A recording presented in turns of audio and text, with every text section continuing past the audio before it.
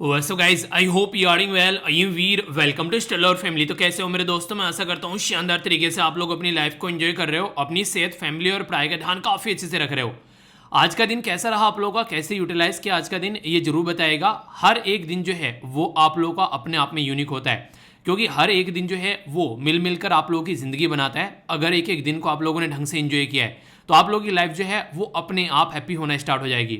और हैप्पी के बारे में यहाँ पर मैंने बात भी बोली है, बोला गया happiness is not something readymade. यानी कि ऐसा नहीं है कि आप लोगों ने कुछ चीज़ें नहीं दुकान पर जाते हैं कि हाँ यार ये पैंट ये शर्ट ना बिल्कुल मेरे साइज की है तो ये बिल्कुल रेडीमेड लेकर आते हैं, पहनते हैं और इन्जॉय करते हैं। नहीं, आप लोगों को काम करना पड़ेगा। अब काम करोगे आप लोगों को उसमें सक्सेस मिलेगी, और सक्सेस मिलेगी तो आप लोगों को खुशी होगी। और यही इसी तरीके से पैटर्न में चीज़ें चलती रहती हैं।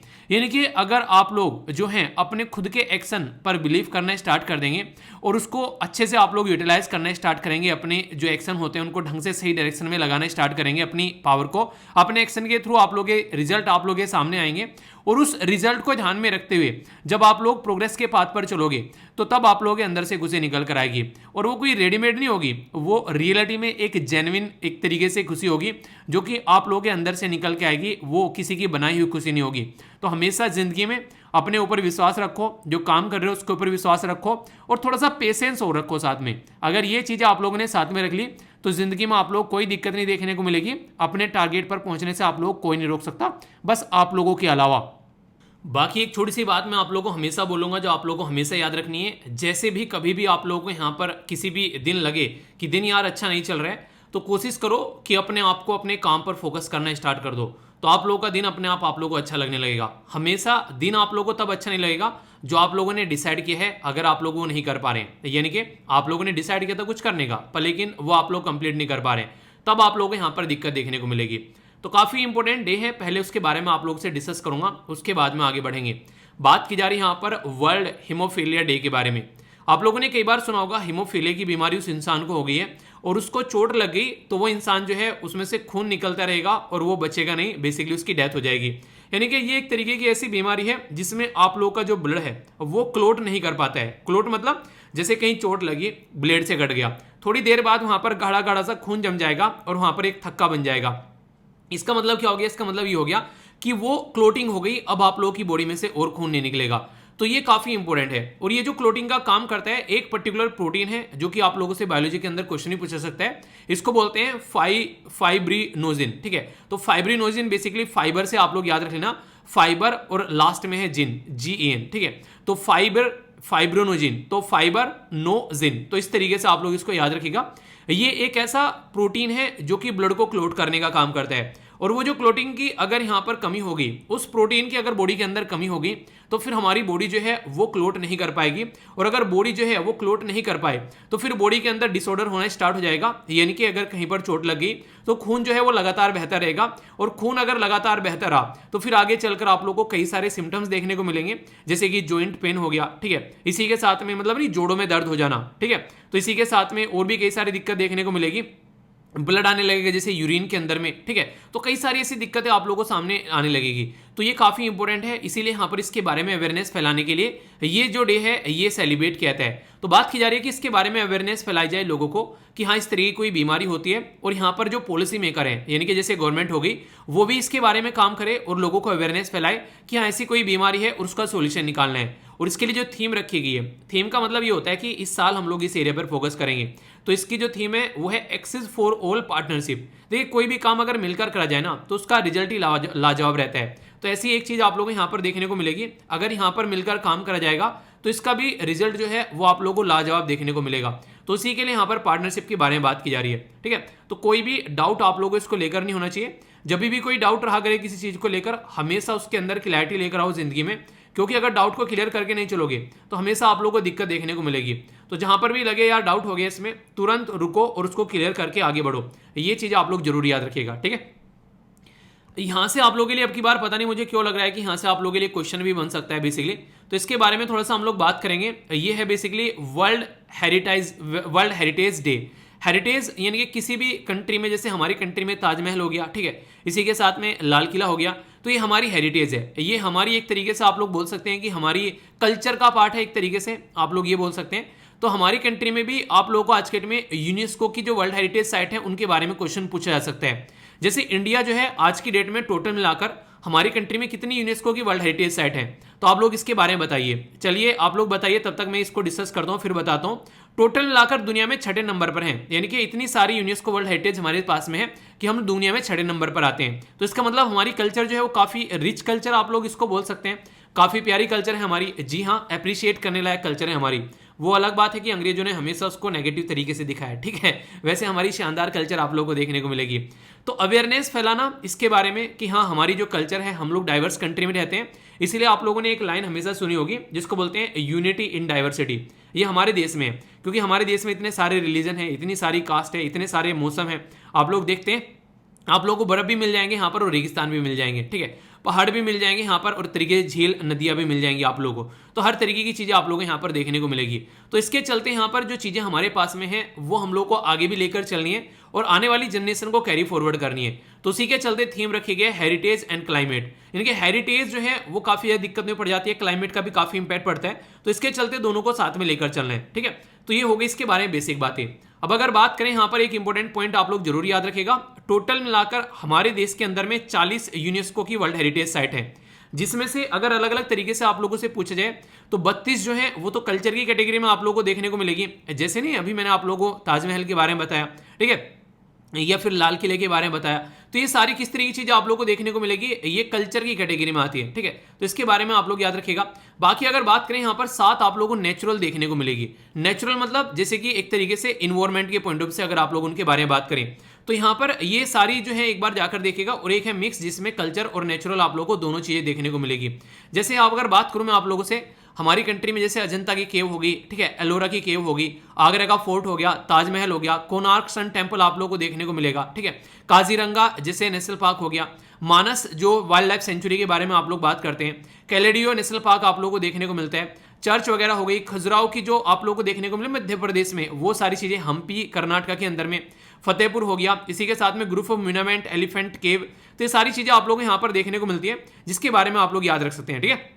इनसे क्वेश्चन भी कई बार आप लोग ये बन जाते हैं, पर लेकिन रिसेंटली अभी जो 2 नई ऐड की गई हैं उनके बारे में आप लोग जरूर याद रखिएगा, क्योंकि जो 2 नई ऐड किए गए हैं उनके बारे में क्वेश्चन बनने के चांसेस आप लोग के और भी ज्यादा बढ़ जाते हैं। तो इसलिए जो भी लेटेस्ट एडिशन रहता है उसके बारे में आप लोगों को पता होना चाहिए, कल को चलकर वहां से क्वेश्चन बनने के चांसेस हो जाएंगे। अभी 2 ऐड की गई है, एक गुजरात में और दूसरी तेलंगाना में। तो गुजरात में और तेलंगाना में जो भी है उसके बारे में आप लोगों को बताना है कौन कौन सी ऐड की गई है। Total 40 UNESCO world heritage site हमारे देश में देखने को मिल जाएगी। तो इसलिए यहाँ पर क्लाइमेट चेंज काफी ज्यादा बड़ा मुद्दा रहा। आप लोगों को पता है कॉन्फ्रेंस ऑफ पार्टी 26 में जब हम लोगों ने बात की थी कि ग्लासगो में हो रही है, तो उस टाइम पर क्लाइमेट के बारे में बातें की गई, कहाँ कहाँ पर इंपैक्ट डालता है, तो हेरिटेज पर भी क्या क्लाइमेट इंपैक्ट डालता है, तो उसको आप लोग यहाँ पर समझ सकते हैं, ठीक है। तो ये बेसिक चीजें हैं जो कि आप लोगों को पता होना चाहिए, ठीक है। तो ये थी यहाँ पर कुछ बातें, आई होप कि आप लोगों के माइंड में इसको लेकर क्लैरिटी आई होगी। इनडायरेक्ट वे में देखा जाए तो साइंस का टॉपिक कवर हो गया। हीमोफीलिया के बारे में कोई आप लोगों से पूछेगा तो मुझे नहीं लगता कि अब आप लोगों को इसके बारे में कोई डाउट होना चाहिए, ठीक है, क्योंकि आप लोगों को यहाँ पर बेसिकली फाइब्रोनोजेन के बारे में मैंने आप लोगों को बताया, वो आप लोग जरूर याद रखिएगा। और इसी के साथ में हीमोफीलिया की बीमारी क्या है, तो साइंस का एक टॉपिक आप लोग बोल सकते हैं, जनरल साइंस के जो क्वेश्चन बनते हैं। दूसरा इंपॉर्टेंट टॉपिक हो गया आप लोग यहाँ पर, ये है बेसिकली वर्ल्ड हेरिटेज साइट के बारे में, ठीक है। तो यूनेस्को वर्ल्ड हेरिटेज साइट और इसके डे के बारे में अगर क्वेश्चन बन जाए तो यहाँ पर भी आप लोगों को कोई डाउट नहीं होना चाहिए, पर लेकिन अगर फिर भी कोई डाउट लगता है तो बताना यार, उसको दूर किया जाएगा, ठीक है। तो ये बेसिक चीजें थी। अब हम लोग आगे बढ़ेंगे, एक एक पॉइंट को क्लियर करेंगे आगे न्यूज के साथ में। ये जो आर्टिकल है ये बहुत इंपॉर्टेंट रहने वाला है, कई सारे न्यूज़पेपर में यहाँ पर ये आर्टिकल कवर किया गया। वैसे यहाँ पर अगर बात करें, ये आर्टिकल आज का नहीं है, बहुत ही पुराना आर्टिकल है। मैं बोल सकता हूँ कि ये आर्टिकल जो है आप लोगों का लगभग 1 दशक पुराना है, ठीक है। पर लेकिन ये सारी चीजें बार बार न्यूज में रहती हैं, तो क्वेश्चन आप लोगों का बन सकता है। अगर आप लोग पुराने खिलाड़ी हैं, पहले से यूपीएससी की तैयारी कर रहे हैं, तो आप लोग इसके बारे में जानते होंगे। पर लेकिन अगर नहीं, तो अभी यहाँ पर इसके बारे में मैं आप लोगों से बात करूंगा पूरे डिटेल में। आज ये आर्टिकल इस तरीके से आप लोगों को सुनना है ताकि आगे भी फ्यूचर में कभी आए तो इसका आज ही यहीं पर ही पोस्टमार्टम करके आप लोगों को जाना है। तो बिल्कुल उस तरीके से इसको समझना है, ठीक है। तो ये जो है आप लोगों का यूपीएससी प्रीलिम्स और इसी के साथ में जीएस पेपर 1 और 2 और पॉलिटी और इंडियन सोसाइटी के पॉइंट ऑफ व्यू से काफी इंपॉर्टेंट हो जाएगा। इसके ऊपर अगर 2-4 स्टार भी लगा लोगे तो कमी नहीं रहेगी, वो कोई गलत बात नहीं होगी। बात क्या है, कहां से स्टार्ट हो रही है, क्यों न्यूज में है, पहले वो समझते हैं। रिटायर हाईकोर्ट के जो जज जिनका नाम है HN नगन मोहन दास, उनके द्वारा अभी यहाँ पर जो पॉलिटिकल पार्टीज हैं उनको बोला यार आप लोग आकर बैठो और बैठकर वुमेन रिजर्वेशन बिल के बारे में आप लोग बात करो। मतलब क्या है, मतलब यहाँ पर यह है कि हमारे जो बेसिकली पार्लियामेंट है और जो स्टेट लेजिस्लेचर है, यानी कि जो हमारी संसद है और जो हमारी विधान परिषद है, ठीक है, परिषद नहीं सभा, ठीक है, दोनों को याद रखिए, कंफ्यूजन नहीं होना चाहिए। विधानसभा को बोलते हैं लेजिस्लेटिव असेंबली और विधान परिषद को बोलते हैं लेजिस्लेटिव काउंसिल, ठीक है। ऐसे ही यहाँ पर अगर बात करें पार्लियामेंट के अंदर में लोकसभा होता है लोअर हाउस और राज्यसभा होता है अपर हाउस। तो यहाँ पर आप लोगों से बात की जा रही है पार्लियामेंट के अंदर में, तो बोला यह गया कि 33% रिजर्वेशन महिलाओं को देना चाहिए। वैसे तो महिला की जो पॉपुलेशन है वो 50% के करीब आप लोगों को देखने को मिलेगी, पर फिर भी इन्होंने यहाँ पर रहम किया लोगों के ऊपर और यहाँ पर बोला चलो 33% ही हमारे लिए आप लोग रिजर्व कर दीजिए। और ये आज की बात नहीं है, ये काफी पुरानी बात है, वो नहीं कहते पुराने टाइम की बात थी, एक चुड़ैल रहा करती थी या फिर एक दानव रहा करता था, आप लोगों ने कहानी सुनी होगी इस तरीके से, तो कुछ ऐसी बात आप लोगों को यहाँ पर देखने को मिलेगी। तो ये बात है काफी पुरानी 2008 की, तब से लेके आज तक हमारी कंट्री में महिलाओं को जब भी रिजर्वेशन देने की बातें करते हैं तभी हमारी पॉलिटिकल पार्टी जो है उनको पेट में दर्द होने लगता है। क्यों? क्योंकि उनको ये लगता है कि पार्लियामेंट में मेल ज्यादा रहने चाहिए एज कंपेयर टू फीमेल, तो वो इक्वल स्टेटस प्रोवाइड कराने से महिलाओं को डरते हैं। तो यहाँ पर इसी के चलते अभी फिर से यहाँ पर इन जज साहब के द्वारा ये बात उठाई गई और फिर से यहाँ पर न्यूज में आ गया कि लड़का और लड़की जो है क्या वो रियलिटी में इंडियन सोसाइटी में इक्वल है। अगर इक्वल हैं तो हम लोग अगर बात करें इक्वलिटी की तो हम लोग महिलाओं को रिप्रेजेंटेशन देने से क्यों डरते हैं। राज्यसभा में अगर बात करें ये जो बिल था 2008 की बात की जा रही है, इंट्रोड्यूस किया गया था, ठीक है।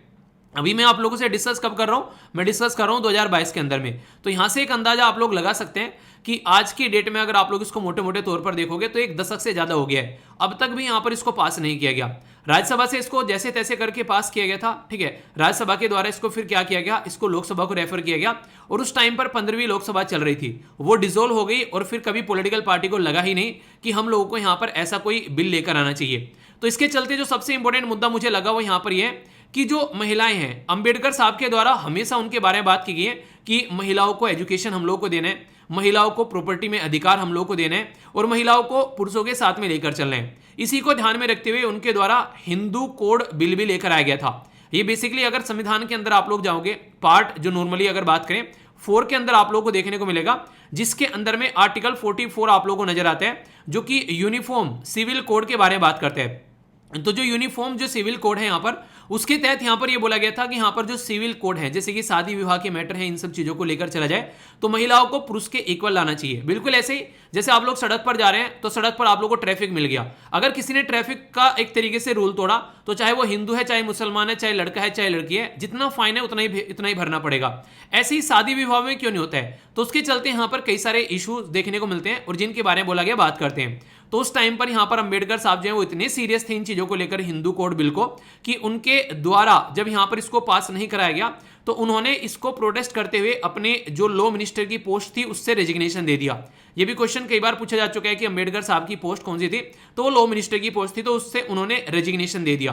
तो इसके चलते यहाँ पर अभी ये बात की जा रही है कि हम लोग अपनी कंट्री में अभी प्लेटिनम जुबली सेलिब्रेट कर रहे हैं। प्लेटिनम जुबली क्या होता है, यानी कि 75वीं सालगिरह हम लोग अपनी सेलिब्रेट कर रहे हैं आजादी की 2022 में। तो ये एक सही मौका है, क्यों ना हम लोग महिलाओं को उनका सही स्थान दें, उनको इक्वल कैटेगरी दें यहाँ पर मेल के साथ में। तो ये यहाँ पर अभी बातें बोली जा रही है, यानी कि पार्लियामेंट के अंदर में अगर एक अच्छी पॉलिटिक्स आप लोग चाहते हैं और चाहते हैं कि यहाँ पर जो एक तरीके से महिलाओं के लिए भी कुछ अच्छा काम किया जाए, तो जेंडर इक्वलिटी को आप लोगों को प्रमोट करना पड़ेगा।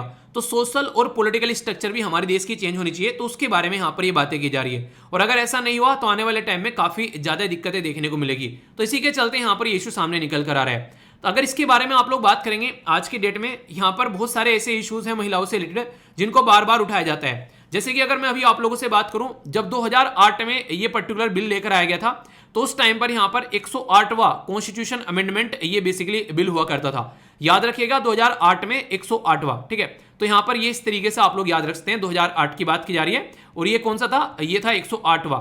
तो 2008 में 108वां कॉन्स्टिट्यूशन अमेंडमेंट जो बिल लाया गया उसमें ये बोला गया था कि ज्यादा नहीं काम करना है आप लोगों को, महिलाओं को बस 1/3 रिजर्वेशन आप लोगों को दे देना है। मतलब ये तो 50% भी नहीं मांग रहे भाई साहब, ओनली 1/3 मांग रहे हैं। पर लेकिन मांग दोनों जगह रहे थे, यहाँ पर किसमें, यहाँ पर लेजिस्लेटिव असेंबली में भी और इसी के साथ में यहाँ पर हमारी कंट्री में लोकसभा में भी, ताकि यहाँ पर महिलाओं की रिप्रेजेंटेशन जो है वो प्रॉपर हो सके। क्यों? क्योंकि दोनों में यहाँ पर जनता के द्वारा चुने गए नुमाइंदे जाते हैं जो हमारी पार्लियामेंट में और इसी के साथ में हमारी जो स्टेट असेंबली के अंदर में जाकर बैठते हैं। तो 1/3 सीट के लिए यहाँ पर बात की गई। ये जो सीट यहाँ पर 1/3 के लिए बात की गई, यहाँ पर हर चीज के लिए प्रोविजन था जैसे 1/3 सीट जो है वो यहाँ पर जनरल की जाएंगी।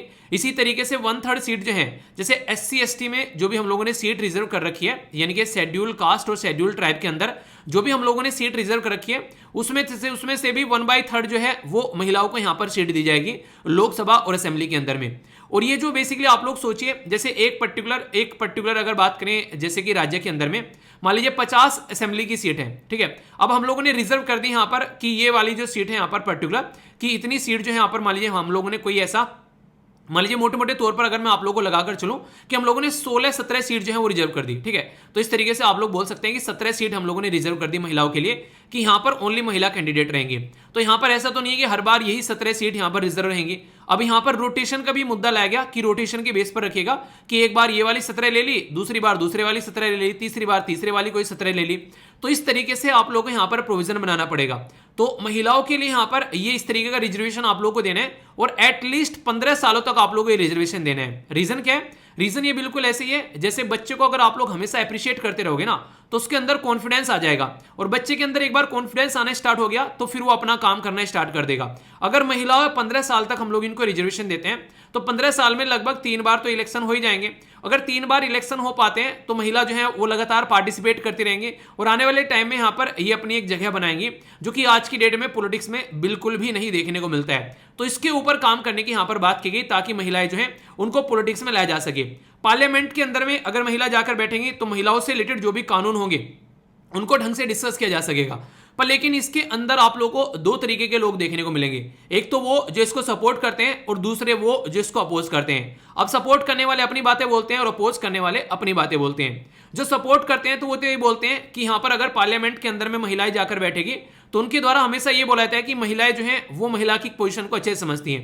यानी कि मैं बोलूं कि एक औरत जो है बच्चे को जन्म देती है और उसको कितना दर्द होता है मैं समझ सकता हूं। मैं कैसे समझ सकता हूं यार, ये बताओ, मैंने कभी बच्चे को जन्म दिया है क्या?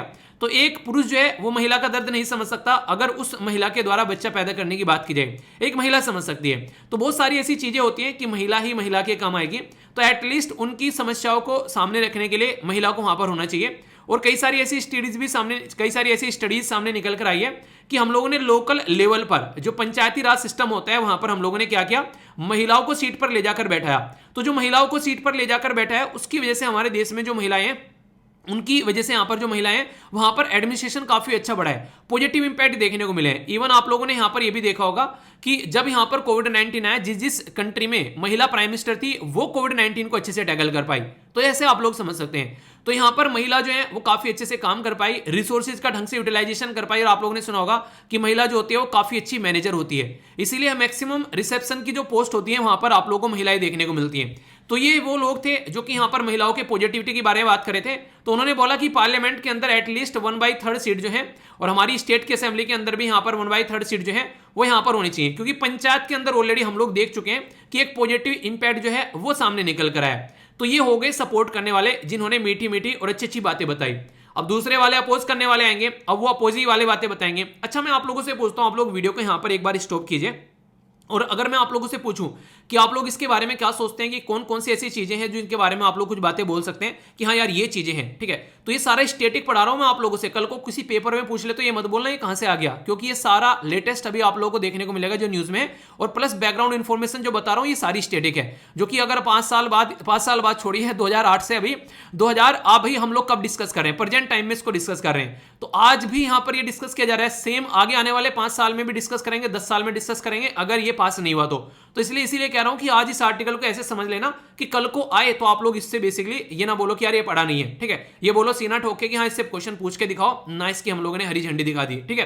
तो ये बातें हैं। अभी यहां पर ओपोनेंट के बारे में आप लोगों से बात करूंगा, यानी कि वो लोग जो इसको अपोज कर रहे हैं, अपोज करने वालों की भी अपने आर्ग्यूमेंट है, आप लोग उनको समझ सकते हैं। अपोज करने वालों का यहां पर सबसे जो इंपॉर्टेंट आर्ग्यूमेंट है वो है कि अगर किसी पर्टिकुलर कम्युनिटी को आप लोग रिजर्वेशन देकर आगे लेकर लाते हो तो उसके अंदर जो है वो एक तरीके से क्षमता नहीं रहती है कि हाँ वो रियलिटी में सामने खड़ी होकर लड़ाई कर सके, यानी कि बैकडोर एंट्री देने की कोशिश महिलाओं कर रहे हो।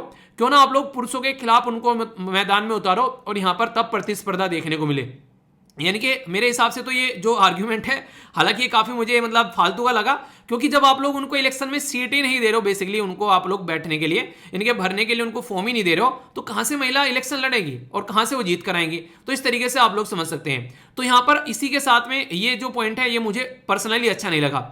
दूसरा बोला गया इससे यहां पर महिलाएं जो हैं उनमें काफी अनइक्वल स्टेटस देखने को मिलेगा, यानी कुछ ही महिलाएं ऐसी हैं जो आगे आ पाएंगी, ठीक है, बाकी की बहुत सारी महिलाएं जो हैं जो आगे नहीं आ पाएंगी। तो इसके चलते भी काफी बड़ा डिफरेंस देखने को मिलेगा। यार ये तो पुरुष में भी है आज के डेट में, इसमें मुझे कोई बड़ी ऐसी हिम्मत ही नहीं लगी, कुछ ऐसी बात आप लोगों ने बोल दी है, ठीक है। तो ये भी मुझे गलत ही लगा एक तरीके से। यहां पर अगर देखो तो ये बातें यहां पर देखने को मिली। इसी के साथ में यहां पर जो बेसिकली तीसरे पॉइंट यहां पर ये बोला गया कि महिला पर रिजर्वेशन पे इंपैक्ट क्या पड़ेगा उसको छोड़कर साइड में फालतू में इसको डिस्कस न करें। इससे ज्यादा इंपॉर्टेंट तो यह है कि आप लोग क्रिमिनलाइजेशन को डिस्कस कर लो कि हमारी पॉलिटिक्स में कितने सारे क्रिमिनल घुसे हुए हैं, ठीक है। इसी के साथ में इनर पार्टी डेमोक्रेसी के बारे में बात कर ले, जैसे कांग्रेस में आज के में सारा परिवारवाद चल रहा है। इसी के साथ में उत्तर प्रदेश में जो एसपी जो पॉलिटिकल पार्टी है उसमें सारा परिवार आता है। तो क्यों ना इनर डेमोक्रेसी के बारे में बात करें कि नीचे का पार्टी का वर्कर भी आगे चलकर आगे प्राइम मिनिस्टर बन सके, वो वाली चीजें होनी चाहिए अपनी कैपेबिलिटी के बेस पर। तो उसके बारे में आप लोगों को बात करना चाहिए। इसका भी आर्ग्यूमेंट का मैं भी आप लोगों को जवाब दूंगा। तो मतलब जो भी आर्ग्यूमेंट यहां पर आप लोगों को देखने को मिल रहे हैं जो अपोजिशन वाले यहां पर दे रहे हैं वो मुझे पसंद नहीं आए अगर ढंग से देखा जाए तो।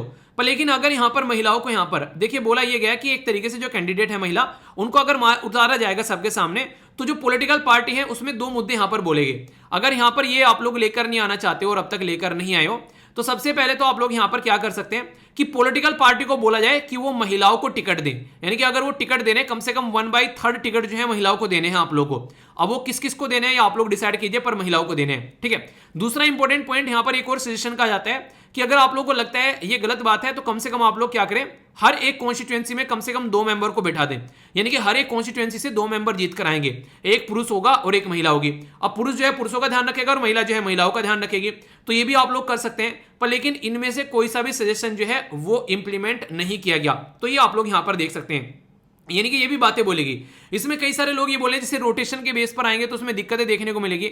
जो एमपी काम कर रहा है मान लीजिए उसकी सीट है अभी यहां पर, अब रोटेशन के बेस पर उसके हाथ से वो सीट चली जाएगी, किसी और के हाथ में आ जाएगी, तो वो अगर कोई पर्टिकुलर प्रॉपर काम चला रहा है तो वो उसको कंप्लीट नहीं कर पाएगा। ये बातें यहां पर बोली गई है, ठीक है। तो ये बहुत सारी ऐसी बातें इनके द्वारा जो बोली गई है जो मुझे पर्सनली मुझे तो पसंद आई नहीं। फिर बोला गया रिकमेंड ये भी किया गया था कि आगे चल के राज्यसभा में और इसी के साथ में लेजिस्लेटिव काउंसिल में आप लोग सीट प्रोवाइड करा दो। तो ये भी कई सारी बातें यहां पर बोलेगी। तो ये बेतुके मुद्दे यहां पर सामने निकल कर आए जिसके चलते यहां पर बार बार यहां पर ये बोला जा रहा था कि महिलाओं को सीट न दी जाए, उसके बहाने यहां पर ये ढूंढ रहे थे। तो वो काफी मुझे एक अलग तरीके का मुद्दा लगा जिसके चलते यहां पर मतलब ये लगा कि हाँ फालतू की बातें ज्यादा हो रही हैं, रियलिटी में जो सही चीजें हैं उसके बारे में ज्यादा बातें नहीं हो रही हैं। अगर मैं आप लोगों को यहां पर कुछ मुद्दे बताऊं जो कि काफी इंपॉर्टेंट है, आप लोग समझ पाएंगे। अगर महिलाएं पॉलिटिक्स में आती है तो क्या फायदा आप लोगों को देखने को मिलेगा।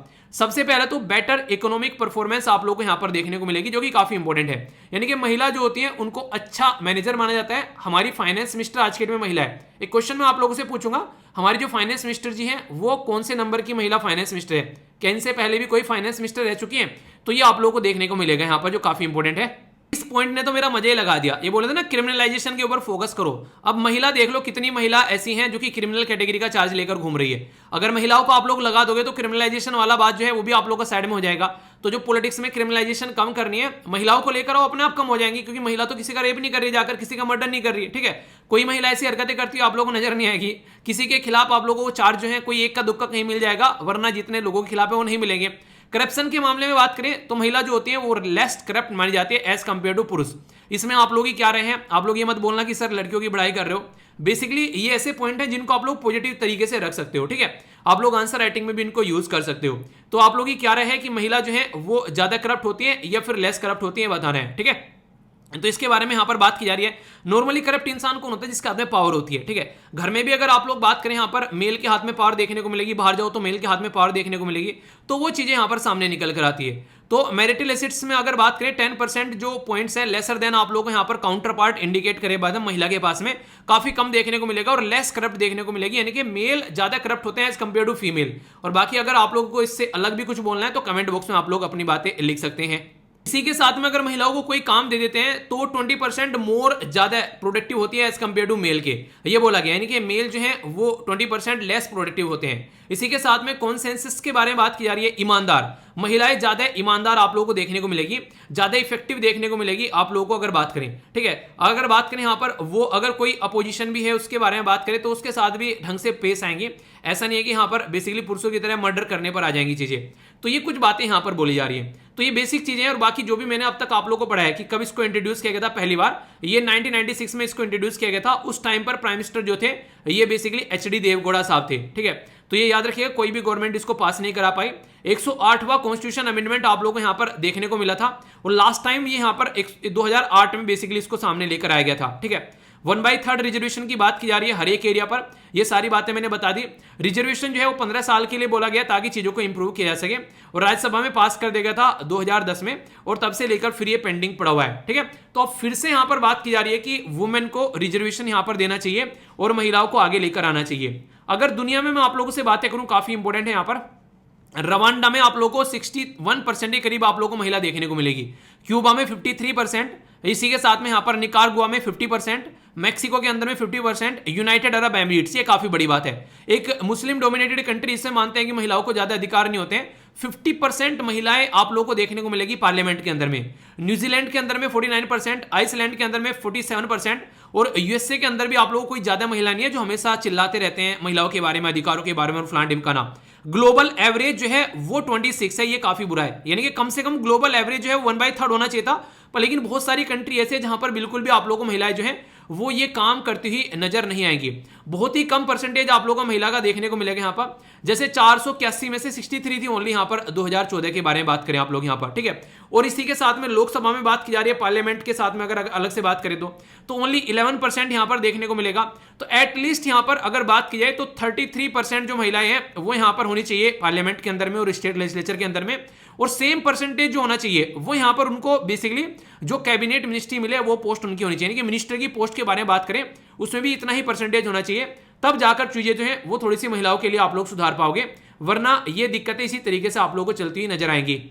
वैसे ये वाली जो स्लाइड थी पर्सनली मुझे काफी इंपॉर्टेंट लगी यहां पर अगर बात करें, ठीक है। तो इसको आप लोग थोड़ा ध्यान से देखिएगा, यहां से आप लोग ये क्वेश्चन जो है वो वैसे बन सकते हैं, और लिखने के लिए कुछ आ जाए तो भी आप लोग यहां पर यूज कर सकते हैं। अगर यहां पर देख सकते हैं आप लोग, यहां पर पहली जो हमारी कंट्री की लोकसभा थी ये 1952 में, ठीक है। दूसरी आई 1957 में। इस तरीके से अगर बात करेंगे 16th लोकसभा थी यहां पर 2014 में। अभी हमारी कंट्री में 17th लोकसभा चल रही है, तो ये काफी इंपॉर्टेंट है जो याद रखेगा। टोटल 543 सीट आप लोगों को यहां पर देखने को मिलेगी, ठीक है, जो कि अभी यहां पर जिसके ऊपर इलेक्शन होता है। 61 सीट जो थी वो आप लोगों को देखने को मिलेगी टोटल यहां पर, जो कि महिलाओं के द्वारा यहां पर देखने को मिली, और यहां पर 11% महिलाएं आप लोगों को यहां पर नजर आई। तो यानी कि ये कुछ परसेंटेज है आप लोगों के सामने। इसी के साथ में परसेंटेज ऑफ जो एमपीज है पार्लियामेंट के अंदर में, उसमें कुछ बातें दिखाई गई हैं। यानी कि टोटल मैंने बोला 33% होना चाहिए, तो वो आंकड़ा आप लोग कहीं पर भी टच होता हुआ नजर नहीं आएगा, जिसके ऊपर काम करना काफी ज्यादा जरूरी है। तो ये यहां पर बेसिक मुद्दा आप लोगों को देखने को मिलेगा, ठीक है। अभी अगर बात करें यहां पर ग्लोबल जेंडर गैप रिपोर्ट के बारे में, पूरा एक टॉपिक आप लोगों का ये कवर हो जाएगा अभी यहां पर, ग्लोबल जेंडर गैप रिपोर्ट, जिससे अलग क्वेश्चन पूछे जाते हैं। इंडिया की जो रैंक है इसमें 140 है 156 कंट्री के अंदर से। आप लोग यहां से अंदाजा लगा सकते हैं कि महिलाओं की क्या कंडीशन हमारे देश में। 112 थी यहां पर 2020 में। इंडिया जो है वो डिक्लाइन किया जा रहा है पॉलिटिकल इंपावरमेंट इंडेक्स के अंदर भी, जो कि 13.5% जो है पॉइंट आप लोगों को देखने को मिलेगा, ठीक है। इसी के साथ में डिक्लाइन कर रहे हैं यहां पर वुमेन मिनिस्टर, यहां पर 23% था यहां पर, अभी 2021 में ये 9% हो गया है। तो यानी कि ये भी दिक्कत आप लोगों को देखने को मिलेगी। इंडिया की जो रैंक है वो 51 है वुमेन पार्टिसिपेशन इन पॉलिटिक्स। जब महिलाओं को पॉलिटिक्स में पार्टिसिपेशन के बारे में बात करते हैं तो 51वें नंबर पर आप लोगों को भारत नजर आएगा, ये समझ सकते हैं। अगर एजुकेशन अटेनमेंट के बारे में बात करें तो इंडिया की जो रैंक है वो 114 है, यानी कि एजुकेशन भी यहां पर लड़कियों को प्रॉपर प्रोवाइड नहीं कराई जाती है। इनकम ऑफ द वुमेन के बारे में बात करें तो हमारी जो कंट्री है एस्टिमेट अर्न जो income of the women in India is only 1/5 of the man, यानी कि अगर एक पर्टिकुलर पर्सन जो है वो 25,000 कमा रहा है तो महिला आप लोगों को 5,000 कमाती हुई नजर आएगी। तो ये डिफरेंस आप लोगों को देखने को मिलेगा।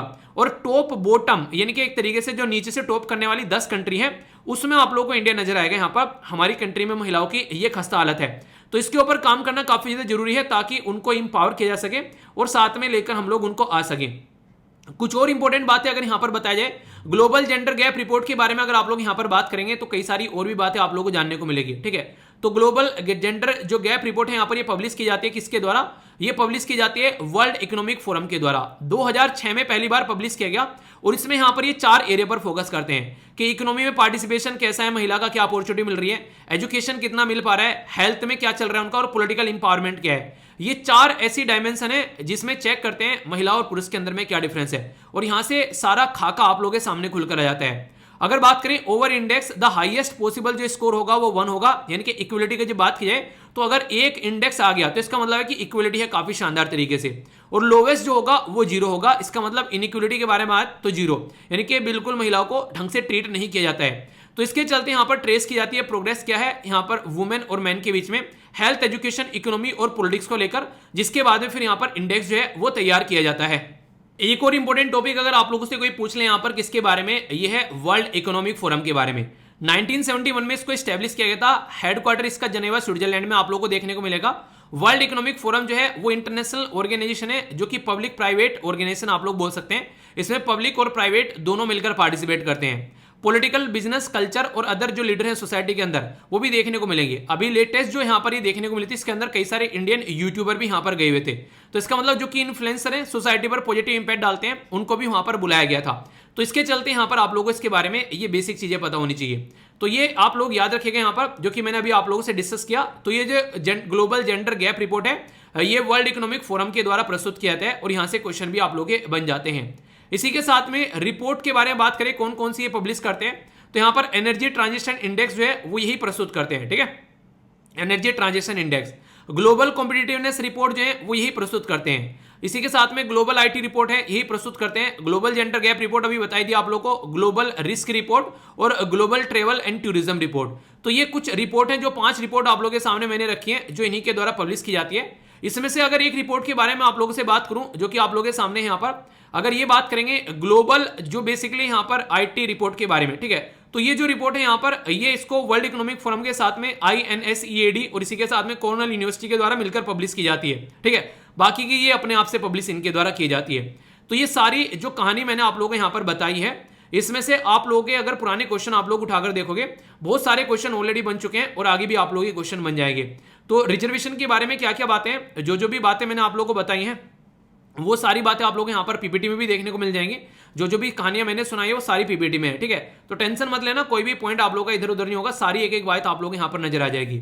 इसी के साथ में यहाँ पर ये आप लोग देख भी सकते हैं, अगर बात करेंगे इसके बारे में तो सारे पॉइंट्स आप लोग को यहाँ पर क्लियर भी हो जाएंगे, ठीक है। तो सारी चीजें हैं यहाँ पर, जो भी यहाँ पर बताई गई कि लोकसभा के अंदर ये सारी चीजें क्या क्या है, ठीक है। तो एक एक पॉइंट आप लोग हैं यहाँ पर। इसी के साथ में अगर इंपॉर्टेंट पॉइंट के बारे में यहाँ पर बात की जाए, तो आप लोग याद रखिएगा यहाँ पर, जो कि मैंने आप लोगों से बात की अभी यहाँ पर, ये था basically global gender gap report के बारे में। इसी के साथ में जो मैंने बताया, ये सारी नोट्स की फॉर्म में आप लोगों के सामने यहाँ पर ये वर्ल्ड लेवल पर क्या कंडीशन है, इसी के साथ में इंडिया में क्या क्या चीजें आप लोगों को देखने को मिल रही है, और ये रिपोर्ट कौन कौन सी प्रस्तुत की जाती है वो भी मैंने आप लोगों को बता दिया। वर्ल्ड इकोनॉमिक फोरम के बारे में हम लोगों ने बातें कर ली। अब क्वेश्चन डिस्कस करूंगा इस टॉपिक से रिलेटेड, तो कितने अच्छे से आप लोगों ने सुना है, अभी थोड़ा सा उसका भी एक टेस्ट हो जाएगा आप लोगों का छोटा सा, ठीक है। तो तैयार हो, बताइए, चलिए देखते हैं। अभी बात की जा रही है which of the following country have the highest women representation in the national parliament, ठीक है। तो ये क्वेश्चन आप लोगों के सामने, यूएसए, आइसलैंड, न्यूजीलैंड या फिर रवांडा। तो ये क्वेश्चन का आंसर आप लोग बताइए, A, B, C या फिर D क्या सही है, ठीक है। क्वेश्चन आप लोग पढ़ते रहिए, फिर एक साथ में आप लोग इनके आंसर बताऊंगा। क्वेश्चन नंबर नेक्स्ट आप लोग के सामने देखने को मिलेगा, which of the following report publish by world economic forum. इनमें से कौन सी रिपोर्ट ऐसी है जो कि वर्ल्ड इकोनॉमिक फोरम के द्वारा प्रस्तुत की जाती है, ये आप लोग यहाँ पर बताना है। एनर्जी ट्रांजिशन इंडेक्स हो गया, ऊर्जा संरक्षण सूचकांक जैसे कि कॉम्पिटिटिवनेस रिपोर्ट हो गया, तो इसके साथ में बात करें ग्लोबल रिस्क रिपोर्ट हो गया, global travel and tourism report हो गया, और ग्लोबल जेंडर गैप रिपोर्ट हो गया। तो A, B, C या फिर D में से कौन सा आंसर सही है, ये आप लोग को बताना है, ठीक है। तो क्वेश्चन नंबर 2 हो गया यहाँ पर। क्वेश्चन नंबर 3 आप लोगों के सामने यहाँ पर बात की जा रही है कि कंसीडर द फॉलोइंग स्टेटमेंट यहाँ पर इंडियन पार्लियामेंट के बारे में। 6th लोकसभा जो है lowest representation of the women, अगर इंडिपेंडेंस के बाद में आप लोग बात करें, ठीक है। सिंस 9th लोकसभा जो है वो रिप्रेजेंटेशन ऑफ द वुमेन जो है वो कंटिन्यूअसली इंक्रीज हो रही है। ऐसे क्वेश्चन आप लोगों से नॉर्मली यूपीएससी के लिए पूछ ले जाते हैं। तो ये क्वेश्चन जो है ये काफी ध्यान से बनाया गया है आप लोगों के लिए, जो कि ये काफी एक इंटरेस्टिंग क्वेश्चन बोल सकते हैं। और सही यूपीएससी के बारे में अगर बात करूं तो ऐसे क्वेश्चन आप लोगों से नॉर्मली पूछे जाते हैं, ठीक है। तो इस तरह के क्वेश्चन आप लोग जरूर ध्यान से पढ़ा करो। ये इतने टाइम से इतने टाइम तक इंक्रीज हो रहा है, इतने टाइम से इतने टाइम तक डिक्रीज हो रहा है, तो ये काफी इंपॉर्टेंट क्वेश्चन यहाँ पर आप लोगों के सामने है। तो ये 3 क्वेश्चन है, तीनों के आंसर आप लोग अटेम्प्ट कीजिए, देखता हूं कौन कौन से आंसर देते हैं, ठीक है। क्योंकि एक पूरा टॉपिक था, इसके अंदर कई सारे टॉपिक थे आप लोग जो कि यहाँ पर अगर ध्यान से देखोगे, ठीक है। पहले का आंसर क्या है यहाँ पर अगर बात करें, इसका आंसर है D। अभी मैंने आप लोगों को रवांडा यहाँ पर बताया काफी डिटेल में यहाँ पर ये सारी चीजें, ठीक है। तो ये सारी चीजें आप लोगों को यहाँ पर भी देखने को मिली, जिसके बारे में याद रखिएगा। क्वेश्चन नंबर 2 है, उसका आंसर भी यहाँ पर आप लोगों को देखने को मिलेगा D, क्योंकि ये सारी की सारी रिपोर्ट मैंने भी आप लोगों को यहाँ पर पढ़ाई, ठीक है। एक भी रिपोर्ट आप लोगों के माइंड में यहाँ पर डाउट नहीं रखेगी, सारी की सारी रिपोर्ट यहाँ पर दे रखी है जो कि मैंने अभी आप लोगों से पढ़ाई। तो इसका आंसर भी आप लोगों को D देखने को मिलेगा। अगर बात करें यहाँ पर ये पर्टिकुलर जो क्वेश्चन है, इसमें अगर आप लोग बात करेंगे तो इसका आंसर जो है वो आप लोग क्या देखने को मिलेगा कि रिप्रेजेंटेशन ऑफ द लोकसभा के बारे में, तो इसका आंसर आप लोगों को ए नजर आएगा। यानी कि 6th लोकसभा जो है उसमें लोवेस्ट रिप्रेजेंटेशन थी महिलाओं की। कहां पर बात करें 6th लोकसभा में अगर बात करें तो आप लोगों को लोवेस्ट रिप्रेजेंटेशन देखने को मिलेगी, यहां पर ये देख सकते हैं, ठीक है 19 है यहाँ पर। बाकी हर जगह आप लोगों को इससे ज्यादा देखने को मिलेगी। तो यहाँ पर हमारी कंट्री में 6th लोकसभा थी, और ये भी कब की बात की जा रही है, आप लोगों को पता है हमारी कंट्री में इमरजेंसी लगाई गई 1975 से लेकर 77 तक का। तो 77 के बाद में जो यहाँ पर इलेक्शन हुए हमारी कंट्री में, तो वो 6th लोकसभा के इलेक्शन थे। तो उस टाइम पर महिलाओं का पार्टिसिपेशन जो था वो काफी कम था, क्योंकि इमरजेंसी के बाद में चीजें आई थी। तो लोग जो है वैसे इंदिरा गांधी जी से चिड़े हुए थे, तो उनको लगा कि महिलाओं को बेसिकली पावर नहीं देनी चाहिए, ठीक है। तो जो भी लगा, चले जो भी है वो तो मैं नहीं बोलूंगा क्या लगा क्या नहीं लगा, ठीक है। तो सारी बातें हैं। दूसरा यहाँ पर बोला गया कि सिंस 9th लोकसभा जो है यहाँ पर रिप्रेजेंटेशन ऑफ द महिला जो है कंटिन्यूअसली इंक्रीज हो रही है। तो 9th लोकसभा के बारे में बात की जा रही है, अगर बात करें तो 9th लोकसभा के बारे में बात करें, यहाँ 36 थी, यहाँ 40 थी, यहाँ 44 थी, ठीक है। तो यहाँ पर फिर 48 थी, यहाँ पर 45 हो गई। तो ऐसा नहीं है कि इंक्रीज हो रही है, घटती और बढ़ती हो रही है। तो सेकंड स्टेटमेंट यहाँ पर गलत हो गई, ठीक है। तो ऐसे आप लोग क्वेश्चन समझ सकते हैं। तो ये वो क्वेश्चन थे इंपॉर्टेंट जिनसे डायरेक्ट आप लोग क्वेश्चन बन सकते हैं, और ये कई सारे टॉपिक जो मैंने डिस्कस किए ये ऑलरेडी एग्जाम में कई बार पूछे जा चुके हैं। तो कोई भी कंफ्यूजन, कोई भी डाउट, कोई समस्या इसको लेकर हो तो बताएगा, पूरा डिटेल में उसको फिर से दूर किया जाएगा। नेक्स्ट इंपॉर्टेंट टॉपिक आप लोगों के सामने, क्वेश्चन जो पूछता हूं उसको जरूर अटेम्प्ट किया कीजिए, और ये क्वेश्चन कई सारे ऑलरेडी एग्जाम में पूछे जा चुके हैं, तो कंफ्यूजन नहीं होना चाहिए। तो 3 क्वेश्चन मैंने ऑलरेडी आप लोगों से डिस्कस कर लिए हैं। अभी इस टॉपिक के अंदर आप लोग कई सारे क्वेश्चन देखने को मिलेंगे, अच्छे से अटेम्प्ट करना, ठीक है। यूपीएससी प्रीलिम्स और इसी के साथ में आर्ट एंड कल्चर के अंदर आप लोगों से क्वेश्चन पूछा जा सकता है। अभी हमारी कंट्री के जो आज के डेट में वाइस प्रेसिडेंट हैं उनका नाम है एम वेंकैया नायडू जी, ठीक है। तो इनके द्वारा अभी यहाँ पर हमारी कंट्री में जो न्यू ईयर अभी सेलिब्रेट किया गया, तो उसके बारे में यहाँ पर बात की गई। तो इंडिया में जो न्यू ईयर फेस्टिवल है उसको अलग अलग नाम से पुकारते हैं हम लोग। कहीं पर इसको आप लोगों ने देखा होगा, इसके अलग अलग नाम है जो कि मैं लेने जा रहा हूं। आप लोग ये बताएगा कौन कौन से एरिया में किस किस नाम से पुकारा जाता है। जैसे उगादी हो गया, दूसरा यहाँ पर युगादी हो गया, इसी के साथ में गुड़ी पावा हो गया यहाँ पर, ठीक है। नेक्स्ट यहाँ पर चैत्र, बेसिकली चैत्र शुक्लादि हो गया, ठीक है। इसी के साथ में यहाँ पर आप लोगों को देखने को मिलेगा चेती चांद। नेक्स्ट आप लोगों को देखने को मिलेगा यहाँ पर बेसिकली ये है साजिबू, ठीक है। साजिबू अगर बात करें यहाँ पर पूरा नाम है इसका साजिबू चिरोबा, ठीक है, साजिबू चिरोबा। इसी के साथ में आप लोगों को देखने को मिलेगा नवरेह। तो ये अलग अलग हमारी कंट्री में नाम है जो कि यहाँ पर पुकारे जाते हैं, जिसमें कोई भी डाउट आप लोगों को नहीं होना चाहिए। क्योंकि अगर बात करें हमारी कंट्री में ना, आप लोगों को बताया था काफी डिफरेंट कल्चर आप लोगों को देखने को मिलेगा। तो किस किस रीजन में किस किस नाम से पुकारा जाता है, यूपीएससी इसके ऊपर ऑलरेडी क्वेश्चन पूछ चुकी है। नहीं यकीन आ रहा है तो 2018 का क्वेश्चन आप लोगों के सामने, यहाँ पर ये कुछ नाम दे रखे हैं आप लोगों से यहाँ पर, और मैच करने के लिए भी यहाँ पर आ जाते हैं, ठीक है। तो कई बार फेस्टिवल और कई बार ऐसी चीजें आप लोगों से पूछी जाती है, कौन कौन सी ट्रेडिशन कहां पर सेलिब्रेट की जाती है, तो यहां पर आप लोग देख सकते हैं। तो काफी सारी चीजें मैं आप लोगों को बताने वाला हूं, ध्यान से सुनिएगा, ठीक है। जैसे हम लोग बात करें ट्रेडिशनल जो यहाँ पर न्यू ईयर फेस्टिवल पर सेलिब्रेट की जाती है, तो वो आप लोग देखिएगा। जैसे यहाँ पर बात करें, यहाँ पर पहला हो गया यहाँ पर भोग बिहू, ठीक है। तो यहाँ पर भोग बिहू हो गया, ये कहां पर सेलिब्रेट किया जाता है, तो बिहू से ही आप लोग समझ सकते हैं यहाँ पर ये आसाम यानी कि नॉर्थ ईस्ट में देखने को मिलेगा, ठीक है। इसको भोग बिहू या फिर यहाँ पर रंगोली बिहू के नाम से भी जानते हैं, या फिर XAAT बिहू के नाम से भी जानते हैं। 7th बिहू जिसको नॉर्मली बोला जाता है। तो ट्रेडिशनल एबोरिजिनल का मतलब होता है जो लोकल कम्युनिटी है, ठीक है, जो वहां की, ठीक है। तो उनके लिए फेस्टिवल आप लोगों को देखने को मिलेगा। तो ये कहाँ का है, ये आप लोगों को नजर आएगा आसाम का। तो अगर कोई आप लोगों से यहाँ पर भोग बिहू के बारे में बात करें तो आंख बंद कर आप लोग आसाम के बारे में लिख सकते हैं। आसाम हमारी कंट्री में नॉर्थ ईस्ट में एक राज्य है, वो कौन कौन से राज्य को टच करता है, अगर ये आप लोगों से पूछा जाए तो ये आप लोगों को पता होना चाहिए। आसाम जो है हमारी कंट्री में यहाँ पर ये राज्य है, ये अरुणाचल प्रदेश, नागालैंड, मिजोरम, इसी के साथ मणिपुर, मिजोरम, त्रिपुरा और मेघालय, और इसी के साथ में आप लोग यहाँ पर वेस्ट बंगाल को टच करता हुआ नजर आता है, ठीक है। तो ये याद रखिएगा, टोटल मिलाकर ऐसे 7 राज्य हैं जिनको यहाँ पर आसाम टच करते हैं। इंटरनेशनल बॉर्डर कौन कौन से टच करता है आसाम, तो ये भी याद रखेगा। एक हो गया भूटान और दूसरा आप लोगों को देखने को मिलेगा बांग्लादेश। इसके अलावा किसी को टच नहीं करता है, तो 2 इंटरनेशनल बाउंड्री भी आप लोगों को देखने को मिलेगी, ठीक है। तो ये बेसिक चीजें जिससे आप लोगों से कई बार क्वेश्चन जो है वो यहां पर बन जाया करते हैं। तो कोई कंफ्यूजन आप लोगों को इसके बारे में नहीं होना चाहिए। आगे बात करते हैं नेक्स्ट के बारे में। ये बात की जा रही है बेसिकली गुड़ी पावा। गुड़ी पावा आप लोगों को देखने को मिलेगा, ये मराठी और कोंकणी हिंदू जो है वो सेलिब्रेट करते हैं। मराठी तो पता है कहां पर बोली जाती है, महाराष्ट्र में। क्या आप लोगों को पता है कोंकणी कहां पर बोली जाती है? हमारे देश में कोंकणी लैंग्वेज जो है वो कहां पर बोली जाती है? देखिए, कोई भी माँ के पेट से सीख के नहीं आता है। मैं आप लोगों को हमेशा बोलता हूं, जो चीजें आप लोगों को पढ़ा रहा हूं ना, एक टाइम ऐसा था ये मुझे भी नहीं आती थी। तो इसलिए डरने की, घबराने की कोई जरूरत नहीं है। रेगुलर अगर आप लोग पढ़ते रहोगे, अपने ऊपर ट्रस्ट रखोगे, तो ये सारी चीजें आप लोग को आसान लगने लगेगी। पर लेकिन रेगुलर आप लोग को ट्रस्ट करना पड़ेगा, तभी आसान लगेगी। हवा में आसानी लगेगी, ठीक है। तो इसलिए रेगुलर चीजों को पढ़ते रहना है, ओके। तो ये इंपॉर्टेंट है काफी। इसी के साथ में ये कौन कनी है, बेसिकली गोवा वाले एरिया की, ठीक है। नेक्स्ट बात की जा रही है यहाँ पर, ये है नाबा बिरसा। नाबा बिरसा अगर बात करें यहाँ पर, ये नाबा बिरसा जो है सेलिब्रेट किया था न्यू ईयर वेस्ट बंगाल में। तो यहाँ पर बंगाली कैलेंडर के हिसाब से आप लोगों को देखने को मिलेगा। तो ये जो जिस राज्य से आप लोग आते हैं उसके बारे में बताते रहिएगा ताकि मुझे भी पता चलता रहे, ठीक है। पाना अगर बात करें संस्कृति, तो यहां पर ये आप लोगों को देखने को मिलेगा महाबिसुबा। तो ये महाबिसुबा संस्कृति भी बेसिकली इसको बोला जाता है। तो ये आप लोगों को उड़ीसा के अंदर नजर आएगा, ठीक है। तो अगर आप लोग उड़ीसा से आते हैं तो स्टेट पीसेस के अंदर आप लोगों को यहां से क्वेश्चन बन सकता है, जो कि स्टेटिक पोर्शन की कैटेगरी में आता है। तो इसलिए याद रखिएगा यहां पर, ठीक है। इसी के साथ में बात की जा रही है पुथांडु। पुथांडु यहां पर बोला जा रहा है बेसिकली, इसी के साथ में इसको पुथु वरुदनम, ठीक है, ये भी बोला जाता है। तो ये तमिलनाडु का न्यू ईयर यहां पर बोला जाता है। तो तमिल कैलेंडर के हिसाब से, ट्रेडिशनल के हिसाब से यहां पर ये जो है ये सेलिब्रेट किया जाता है। तो 5 मैंने आप लोगों को यहां पर बता दिया, 5 अलग अलग राज्य में जो कि न्यू ईयर अलग अलग जो नाम से सेलिब्रेट किए जाते हैं। नेक्स्ट इंपॉर्टेंट बात की जा रही है यहां पर, यह उगादी या फिर इसको युगादी के नाम से भी जानते हैं। इसको यहां पर संवत्सर सारदी के नाम से भी जानते हैं। ये न्यू ईयर यहां पर कई सारे एरिया में सेलिब्रेट किया जाता है, जैसे कि आंध्र प्रदेश, तेलंगाना, कर्नाटका। तो इसमें हिंदू कैलेंडर के हिसाब से यहां पर ये सेलिब्रेट किया जाता है, ठीक है। तो ये भी आप लोगों से मैच करने के लिए खासकर स्टेट के अंदर पूछा जा सकता है। अगर बात करें वैसाखी के बारे में, तो यहां पर ये ऑब्जर्व किया जाता है, बैसाखी जिसको बोलते हैं। तो हिंदू और सिख कम्युनिटी जो है इसको सेलिब्रेट करती है नॉर्मली। और जलियांवाला बाग मैसेकर जो आप लोगों को देखने को मिला था 1919 में, उसके चलते यहां पर ये एक अलग तरीके से इसको देखा जाने लगा कई बार कि हाँ एक इतना जो अच्छा फेस्टिवल था उस पर यहाँ पर अंग्रेजों के द्वारा क्या हरकतें की गई थी। तो ये बैसाखी के दिन ही यहाँ पर ये हरकतें देखने को मिली थी। अब लोग ये बताना, जब जलियांवाला बाग मैसाकर हुआ उस टाइम पर ये 2 लोगों के लिए प्रोटेस्ट कर रहे थे। क्यों? क्योंकि रॉयल सत्याग्रह के तहत यहाँ पर उन लोगों को पकड़ लिया गया था। अब वे 2 लोग कौन थे, उनका नाम आप लोगों को बताना है। इसी के साथ में बात करें यहाँ पर विशु। विशु सेलिब्रेट किया जाता है केरला के अंदर में, ठीक है, ये याद रखिएगा। तुलुनाडु ये रीजन है बेसिकली कर्नाटक के अंदर में, मेहे डिस्ट्रिक्ट इसी के साथ में यूनियन टेरिटरी पुदुचेरी के अंदर में। और यहाँ पर बेसिकली नेबरिंग जो तमिलनाडु की जो आसपास की कम्युनिटी है वहां पर ये आप लोग को देखने को मिलेगा।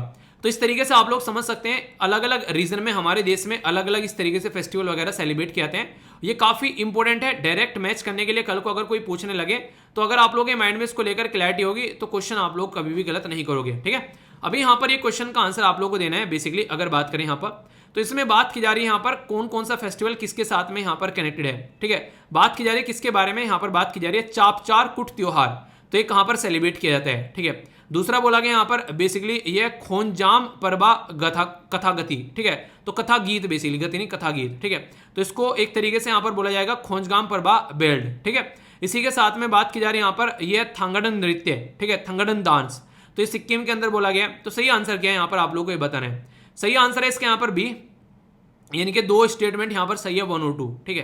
तो ये सही है पर लेकिन लास्ट वाला जो है यहाँ पर गलत है। तो फिर लास्ट वाले का सही आंसर क्या है, सिक्किम नहीं होगा यहाँ पर, ये मणिपुर आप लोगों को देखने को मिलेगा, ठीक है। तो इसके बारे में आप लोग याद रखते हैं। तो ये आंसर यूपीएससी में पूछा गया, इसलिए कह रहा हूँ कि यहाँ पर ये ऐसे क्वेश्चन बन चुके हैं। तो कल को ये फेस्टिवल भी अगर सेलिब्रेट करने के लिए आ जाए तो कोई बड़ी बात यहाँ पर नहीं होगी। आप लोग ही क्या रहे इसके बारे में आप लोग बताइएगा।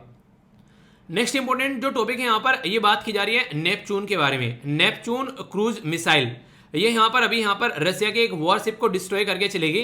तो यानी कि यूक्रेन के द्वारा रशिया के ऊपर जो हथियार छोड़ा गया उसके बारे में मैं आप लोगों से बातें कर रहा हूँ। ये रिसेंटली काफी ज्यादा न्यूज में आ गया है, तो इसके बारे में हम लोग समझेंगे। यूपीएससी प्रीलिम्स, जीएस पेपर 2 और यहाँ पर इंटरनेशनल रिलेशन के पॉइंट ऑफ से यहाँ पर ये इंपॉर्टेंट हो जाएगा। और साइंस एंड टेक्नोलॉजी के अंदर भी आप लोगों के लिए यहाँ पर क्वेश्चन बन सकता है, जो कि जीएस पेपर 3 के अंदर आप लोगों का टॉपिक कवर हो जाएगा, ठीक है।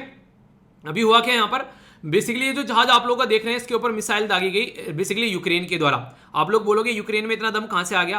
अरे यार, अगर आप लोगों ने सुना होगा ना कि सामने वाला कितना भी ताकतवर क्यों ना हो, अगर वो 50 मुक्के मारेगा तो एक मुक्का तो हम लोग भी जड़ देंगे ना, कितने ही कमजोर क्यों ना हो। तो वही बात यहाँ पर बोली गई है।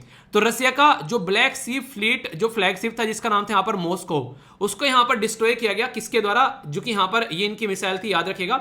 ये मिसाइल यहाँ पर इनके द्वारा दागी गई, ठीक है। इसका नाम था नेपचून। तो नेपचून के द्वारा जो यहाँ पर यूक्रेन के द्वारा जो नेपचून मिसाइल दाबी गई यहाँ पर ये मॉस्को के ऊपर, इसकी इंफॉर्मेशन इनके द्वारा टेलीग्राम के ऊपर बताई गई। यानी कि टेलीग्राम जो है वो काफी इंपॉर्टेंट एक ऐप है जो कि यूज किया जाता है रशिया और यूक्रेन के अंदर। ये वही टेलीग्राम है जिसके ऊपर हम लोग काफी सारी चीजें शेयर करते हैं। अगर बात करें, हमारा परिवार लगभग 1.5 लाख का टेलीग्राम के ऊपर जुड़ा हुआ है। तो यहाँ पर बहुत सारी चीजें आप लोगों को देखने को मिल जाती हैं रेगुलरली। तो ये वही टेलीग्राम के बारे में यहाँ पर बात की जा रही है। तो इसी टेलीग्राम के थ्रू इन्फॉर्मेशन यहाँ पर प्रोवाइड कराएगी, ठीक है। तो इसको आप लोग यहाँ पर समझ सकते हैं। SLV पीडिया के नाम से भी आप लोग यहाँ पर टेलीग्राम देखने को मिलता है। बहुत सारी इन्फॉर्मेशन यहाँ पर भी शेयर की जाती है। तो ये सारी चीजें आप लोग यहाँ पर देख सकते हैं। अभी यहाँ पर कोई भी कंफ्यूजन इसको लेकर आप लोगों के माइंड में नहीं होना चाहिए। तो यहाँ पर ये जो मिसाइल है ये रशिया यूक्रेन के द्वारा तब डेवलप करना स्टार्ट कर दी गई थी जब 2014 में क्रीमिया जो है बेसिकली रशिया के द्वारा हथियाया गया था। क्रीमिया एक ऐसा रीजन है जो कि यहाँ पर रीजन था यूक्रेन का, पर लेकिन रशिया के द्वारा हत्या लिया गया। अब यहाँ पर यूक्रेन को लगा यार आज तो इसने क्रीमिया हत्याया है, कल को फिर ये कुछ और मांगने लगेगा, तो क्यों ना इसका कुछ जुगाड़ किया जाए। तो तब से यहाँ पर इन्होंने इसके ऊपर काम करने स्टार्ट किया और अपनी मिसाइल जो है वो इनके द्वारा तैयार की गई। तो कुछ ऐसा सिस्टम आप लोगों को यहाँ पर देखने को मिलेगा। ये यूक्रेन की नेपच्यून एक मिसाइल है जिसके बारे में याद रख सकते हैं, सर्विस में है आज के डेट में, डिजाइन की गई थी इनकी कंपनी है, याद रखने की कोई जरूरत नहीं है। रेंज लगभग 200 माइल्स और वेट जो है 2000 पाउंड के करीब आप लोगों को देखने को मिलेगा। इसके द्वारा जो डिस्ट्रॉय किया गया ये मॉस्को डिस्ट्रॉय किया गया। तो नेपच्यून और मॉस्को के बारे में कुछ इंफॉर्मेशन है यहाँ पर जो कि यहाँ पर आप लोग मोटी मोटी तौर पर देख सकते हैं। तो यूक्रेन का जो बेसिकली यहाँ पर ये जो एक हथियार था ये इन्होंने दागा नेपच्यून जो दागा यूक्रेन का जो यहाँ पर रशिया के ऊपर, तो रशिया को यहाँ पर काफी नुकसान इससे देखने को मिला। ठीक है, हालांकि रशिया जो है वो एक काफी ताकतवर कंट्री अगर यूक्रेन के साथ में कंपेयर करें, किसी ने सोचा नहीं था इतना लंबा युद्ध चलेगा, पर लेकिन वेस्टर्न वर्ल्ड जो है वो यूक्रेन को बराबर हथियार सप्लाई कर रहे हैं जिसकी वजह से दिक्कतें देखने को मिल रही है। ठीक है, तो यहाँ पर मॉस्को जो है ये एंटी शिप क्रूज मिसाइल आप लोगों को देखने को मिलेगी। अगर बात करूं रशिया का KH-35 जो क्रूज है यहाँ पर ये, ठीक है, तो ये इसी के आप लोगों को देखने को मिलेगा डिजाइन की मिसाइल है। नेटो के पास में ऐसी है जिसका नाम है AS-20 क्यास। ठीक है, तो ये इनका क्याक देखने को मिलेगा। इनका यहाँ पर जो रशिया का यहाँ पर इसका है KH-35 क्रूज और यहाँ पर इनका नेपच्यून, तो ये इसी कैटेगरी की मिसाइल में आप लोगों को नजर आती है। नेपच्यून जो है यहाँ पर coastal anti ship cruise missile आप लोगों को देखने को मिलेगी जो कि 300 किलोमीटर की रेंज तक यहाँ पर वार करने वाली है। मॉस्को जो है वो गाइडेड मिसाइल क्रूज आप लोगों को देखने को मिलेगा। रशिया का नेम जो रखा गया है वो मॉस्को के नाम पर रखा गया, मॉस्को सिटी के नाम पर। तो ये समझ सकते हैं ये कुछ ऐसा जहाज था जो कि काफी ताकतवर था, काफी कुछ इसमें आइटम लगे हुए थे, मिसाइल वगैरह, वेपन सिस्टम वगैरह, ये ड्यूअल पर्पज गन, पर लेकिन रियलिटी में यहाँ पर ये काम नहीं आया जब यहाँ पर इसके ऊपर अटैक किया गया, तो ऐसा आप लोग बोल सकते हैं। ठीक है, ये तो हम लोगों ने इसके बारे में बात कर ली। कल को कोई अपनी कंट्री के बारे में अगर कोई आप लोगों से पूछ ले तो कि हमारे पास में क्या क्या मिसाइल सिस्टम है, आप लोगों को पता है हमारे पास में कौन कौन सी मिसाइल है, तो इसके बारे में आप लोगों को कम से कम कुछ आइडिया तो होना चाहिए। सबसे जो ताकतवर मिसाइल है हमारे पास में वो याद रखिएगा हमारी है अग्नि 5। अग्नि 5 मिसाइल आप लोगों को देखने को मिलेगी, 5000 प्लस की रेंज है और इसको इंटर कॉन्टिनेंटल बैलिस्टिक मिसाइल यानी कि ICBM के नाम से भी जानते हैं। ICBM वो मिसाइल होती है जो कि एक कॉन्टिनेंट से दूसरे कॉन्टिनेंट पर वार कर देती है, तो इसलिए यहाँ पर हमारे पास में भी इंटर कॉन्टिनेंटल बैलिस्टिक मिसाइल है अगर कोई आप लोगों से पूछे। वैसे ब्रह्मोस हो गया, निर्भया हो गया, बहुत सारी ऐसी मिसाइल आप लोगों को देखने को मिलेगी, पृथ्वी और अग्नि। इसी के साथ में जो यहाँ पर K-15 K-4 ये आप लोगों को नेवल वर्जन यहाँ पर नजर आ जाएंगे। तो हम अभी किससे कम नहीं है, 1000, 2000, 3000, 4000, 5000 तक वार करने वाली मिसाइल आप लोगों को हमारे पास भी देखने को मिल जाएगी। ठीक है, तो ये कुछ बातें हैं जो आप लोग याद रख सकते हैं, कोई कंफ्यूजन नहीं होना चाहिए। क्वेश्चन है आप लोगों के सामने यहाँ पर, नेपच्यून मिसाइल जो है वो बिलोंग करती है which of the following country. आसान सा क्वेश्चन है, अभी पूछ रहा हूं क्योंकि अभी टॉपिक आप लोगों को पढ़ा है, पर लेकिन सेम क्वेश्चन अगर तब पूछे यहाँ पर, अगर आप लोगों ने टॉपिक जो है वो पहले पढ़ रखा है, थोड़ा पुराना हो गया है, तो शायद आप लोगों के दिमाग में ये क्वेश्चन का आंसर नहीं आएगा। ठीक है, तो इसलिए इसके बारे में याद रखिएगा। तो ये आंसर यहाँ पर इसका बी हो गया, यानी कि यूक्रेन की मिसाइल है। अच्छा, क्वेश्चन में अपने पास से पूछूं यहाँ पर ये जो मिसाइल है किसके ऊपर दागी गई है, तो उसका आंसर आप लोग क्या देंगे ये बताइए, तब जानूं मैं। ठीक है, किसके ऊपर दागी गई है ये बताइए। नेक्स्ट क्वेश्चन आप लोगों के सामने यहाँ पर बन सकता है इस टॉपिक से, जो कि बेसिकली अभी यहाँ पर काफी न्यूज में भी आ रहा है और गेम से भी क्वेश्चन कई सारे पूछे गए हैं। ठीक है, तो यहाँ पर यूपीएससी प्रीलिम्स से भी और हेल्थ के पॉइंट ऑफ से भी आप लोग कनेक्ट कर सकते हैं जब भी गेम की बात आती है, और IR के साथ भी कनेक्ट कर सकते हैं जब गेम की बात आती है, इंटरनेशनल रिलेशन की। ठीक है, अभी बात किसके बारे में की जा रही है यहाँ पर, बेसिकली बात की जा रही है यहाँ पर स्ट्रीट चाइल्ड क्रिकेट के बारे में। Street Child Cricket World cup जो है 2023 का, वो इंडिया के अंदर आप लोगों को देखने को मिलेगा। Street child unite and Seva the children India, यहाँ पर ये इसको ऑर्गेनाइज कराएगी, street Child Cricket World Cup 2023 का। इससे पहले जो वर्ल्ड कप हुआ था वो 2019 में हुआ था। आप लोगों को पता है क्रिकेट के वर्ल्ड कप जो है वो हर 4 साल में आप लोगों को देखने को मिलते हैं। अभी 2023 का जो है ये इंडिया के द्वारा ऑर्गेनाइज कराया जाएगा, वो भी नेक्स्ट ईयर। 16 देश जो है वो इसमें पार्टिसिपेट करेंगे, यानी कि अगर एग्जाम की तैयारी कर रहे हैं अब की बार या फिर नेक्स्ट ईयर के लिए, तो इससे क्वेश्चन बन जाए तो कंफ्यूज मत होना, पूरा 1 साल का करंट अफेयर आप लोग कवर हो रहा है यहाँ पर। ठीक है, जो यहाँ पर बात करें, अगर ये ICC का जो वर्ल्ड कप होगा सितंबर में होगा, ठीक है, तो उससे पहले आप लोगों को यहाँ पर ये देखने को मिलेगा इवेंट जो कि यहाँ पर ऑर्गेनाइज कराया जाएगा। तो यहाँ पर मिक्स जेंडर क्रिकेट आप लोगों को टूर्नामेंट यहाँ पर देख सकते हैं, यानी कि लड़के और लड़की दोनों आप लोगों को यहाँ पर नजर आएंगे। इंपॉर्टेंट बात यहां पर यह 2019 में जब हुआ था तो हमारे द्वारा झंडे गाड़े गए थे और ये लंदन यानी कि इंग्लैंड के अंदर हुआ था और यहां पर इंग्लैंड को हराया था हमने, यानी कि एक तरीके से उन्हीं के घर में जाकर उनको रोंद कर हम लोग आए थे 2019 में। तो सोचो जब हमारे देश में होगा तो हम किसी को जाने देंगे यहां पर बाहर, तो ये आप लोग समझ सकते हैं। ठीक है, स्ट्रीट जो चाइल्ड है वो कई सारी प्रॉब्लम फेस करते हैं, लैक ऑफ एजुकेशन रहता है जो कि एक तरीके से बहुत इंपॉर्टेंट प्रॉब्लम क्रिएट करता है। इसी के साथ में आइडेंटिटी क्राइसिस रहता है, कई सारों का पता नहीं रहता है कहां से कौन सा बच्चा कैसे है, और हेल्थ के इशू भी कई सारे रहते हैं। तो ये प्रॉब्लम को यहाँ पर रिकॉग्नाइज करने के लिए ताकि बच्चे जो हैं उनको हम लोग सही डायरेक्शन में आगे लेकर चल सकें, तो इन सब चीजों के ऊपर ध्यान दिया जाता है। तो ये आप लोग समझ सकते हैं, यानी गलियों में भी आप लोगों ने कभी ना कभी क्रिकेट खेला होगा, बैट बॉल रखकर वो सब चीजें, तो उसी के साथ में आप लोग इन चीजों को कंपेयर कर सकते हैं। Street Child Cricket World cup जो है 2023 में हमारे देश में खेला जाएगा। 22 टीम आएगी 16 देश की। ठीक है, तो ये याद रखिएगा। ये नाम भी यहाँ पर Bangladesh, Bolivia, Brazil, Bundi, England, तो ये आप लोग देख सकते हैं। Street Child United and save जो चिल्ड्रन है यहाँ पर, जिसको SCCWC बोला गया है, ये यहाँ पर पार्टनरशिप करेगी यहाँ पर वर्ल्ड बैंक के साथ में, ICC के साथ में और ब्रिटिश हाई कमिश्नर के साथ में, जो कि यहाँ पर इसको ऑर्गेनाइज कराएगी। ठीक है, बेसिकली यहाँ पर ये पार्टनर में काम करेंगे। वैसे मेन ऑर्गेनाइजेशन जो है वो है Street Child United and Seva, the children health, the children India, और इसी के साथ में Street Child Cricket World Cup 2023 organise कराया जाएगा। ठीक है, अगर बात करें जैसे मैंने अभी आप लोगों को बताया तो काफी अच्छी परफॉर्मेंस इंडिया की यहाँ पर रही है। तो आगे भी देखते हैं हमारी कैसी परफॉर्मेंस यहाँ पर रहती है। लड़का और लड़की दोनों के आप लोग यहाँ पर देखने को मिलेगा, खेला जाता है। ठीक है, यहां से क्वेश्चन पूछो अगर आप लोगों से, तो देखता हूं आंसर कौन देता है। स्ट्रीट चाइल्ड वर्ल्ड कप 2019 जो है वो कहां पर हुआ था, ये आप लोगों को बताना है।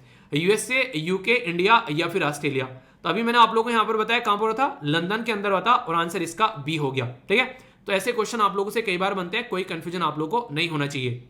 तो काफी इंपॉर्टेंट था यहाँ पर ये डिस्कशन। सबसे पहले एक इंपॉर्टेंट कोटेशन देखिए यहाँ पर, और ये कोटेशन भी आप लोग एथिक्स के अंदर भी बेसिकली आप लोग देखते हैं इसको, इस तरह के क्वेश्चन आप लोगों से पूछे जाते हैं। इंपॉर्टेंट डे और एक टॉपिक भी देखा यहाँ पर जो कि साइंस एंड टेक का आप लोगों से बन सकता है। हेरिटेज के बारे में यहाँ पर पूरा टॉपिक आप लोगों का कवर करा दिया, यूनेस्को वर्ल्ड हेरिटेज साइट की कुछ बेसिक इन्फॉर्मेशन आप लोगों को बताई जो कि आप लोगों को पता होना चाहिए। वुमेन की रिजर्वेशन के बारे में बात करिए, इक्वलिटी के बारे में बात करिए, जो कि काफी इंपॉर्टेंट टॉपिक आप लोगों का बन जाता है। इसी के साथ में ग्लोबल जेंडर गैप रिपोर्ट हम लोगों ने यहाँ पर कवर कर ली। इसी के साथ में यहाँ पर लिखने के लिए भी कुछ बातें आ जाए तो आप लोग याद रखिएगा। नेक्स्ट यहाँ पर अलग अलग वर्ल्ड में कहाँ पर वुमेन का रिप्रेजेंटेशन है वो हम लोगों ने देख लिया। वर्ल्ड इकोनॉमिक फोरम जो इंटरनेशनल ऑर्गेनाइजेशन का टॉपिक है आप लोगों का सिलेबस के अंदर, वो देख लिया। और ये रिपोर्ट इसके द्वारा प्रस्तुत की जाती है ये भी देखा, जहां से एक डायरेक्ट क्वेश्चन बनते हैं। क्वेश्चन भी कई सारे आप लोगों ने कवर किए। आई होप कि आप लोगों ने इनके अच्छे आंसर दिए होंगे। अगर कोई डाउट है तो बताना, आंसर बिल्कुल भी नहीं छोड़ना है, आंसर जरूर करना है। ठीक है, नेक्स्ट यहाँ पर हम लोगों ने बहुत सारे फेस्टिवल्स के बारे में यहाँ पर बात की, एक तरीके से इंपॉर्टेंट न्यू ईयर सेलिब्रेट किए, और यहाँ से भी मैंने आप लोगों को यूपीएससी का डायरेक्ट क्वेश्चन अभी आप लोगों को दिखाया। ठीक है, यहाँ पर हम लोगों ने बात की नेपच्यून के बारे में, काफी डिटेल में मैंने आप लोगों को सारी बातें बताई। रसिया के ऊपर जो यहाँ पर यूक्रेन के द्वारा तड़का लगाया गया, तो ये सारी बातें आप लोगों के सामने, कोई भी डाउट नहीं होना चाहिए। ठीक है, तो एक एक पॉइंट हम लोगों ने देख लिया। इसी के साथ में यहाँ पर बात की जाए तो ये क्वेश्चन आप लोगों का बन सकता है, जो कि यहाँ पर कहाँ पर देखने को मिलेगा, तो ये डिटेल में मैंने आप लोगों को पढ़ा दिया यहाँ पर, तो कोई भी डाउट अब आप लोगों को नहीं होना चाहिए इसके बारे में अगर कल को क्वेश्चन बनता है तो आज का डिस्कशन यहीं पर समाप्त करते हैं। PDF आप लोग जाकर टेलीग्राम से डाउनलोड करना अगर अच्छा लग रहा है तो। किस किसने टकटकी लगाकर देखा और किस किसने ऊपर ऊपर से देखा वो जरूर बताना, और 1 मिनट वीडियो को पॉज कर रिकॉल करना, इससे पता चल जाएगा कि कौन कितने पानी में है। PDF टेलीग्राम पर मिल ही जाएगी। बाकी 2 वीडियो आप लोगों को रेगुलर देखने को मिलती है इस चैनल पर, जो कि अपनी लाइफ का पार्ट बना सकते हैं। करंट प्लस स्टैटिक का पोर्शन आप लोगों को देखने को मिलेगा, हर एक एग्जाम में आप लोगों को फायदा पहुंचाएंगे। ठीक है, अभी कई सारे बच्चे जो है एग्जाम दे रहे हैं तो वो बता रहे थे कि हाँ सर काफी क्वेश्चन जो है वो आ रहे हैं, तो आप लोगों को फायदा जरूर देखने को मिलेगा। कोई भी पेपर देकर आते हो अपना एक्सपीरियंस जरूर शेयर किया करो, मुझे अच्छा लगता है। studyloverveer@gmail.com पर आप लोग अपना एक्सपीरियंस सेंड कर सकते हैं। ठीक है, तो नेक्स्ट लेक्चर में मिलता हूं, तब तक अपना ध्यान रखिए। बड़ों को नमस्ते, छोटों को प्यार, छोटी सी लाइफ एंजॉय करार। मिलता हूं नेक्स्ट लेक्चर में, तब तक के लिए जय हिंद। और हाँ, मौज लो रोज लो, नहीं मिले तो खोज लो।